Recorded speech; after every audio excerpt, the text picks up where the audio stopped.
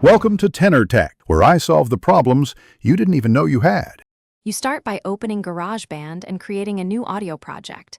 Pick the voice template for simplicity. Connect your microphone or interface, and once detected, select it in Garageband Preferences Audio/MIDI.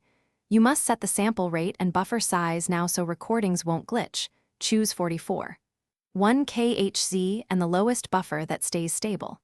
Name your track. Enable monitoring if you need to hear yourself, and arm the track to record so everything is streaming in and ready.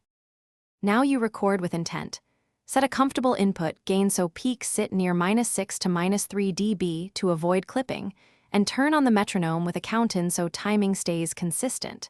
If you need several attempts, enable cycle recording or quick swipe to capture multiple takes into one track and pick the best phrases later. Once done, comp your preferred sections, use separate tracks for layers, and label each take clearly so editing and mixing flow without confusion. Finish by cleaning each region, trim silences, make crossfades, and assemble your comp from the best takes. This removes unwanted clicks and makes transitions smooth.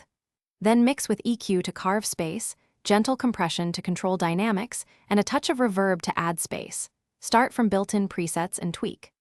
Once satisfied, set master level below clipping and export via Share Export Song to Disk, choosing WAV or MP3. If you hear latency or dropouts, lower buffer. Thanks for watching. Subscribe to keep your life in tune.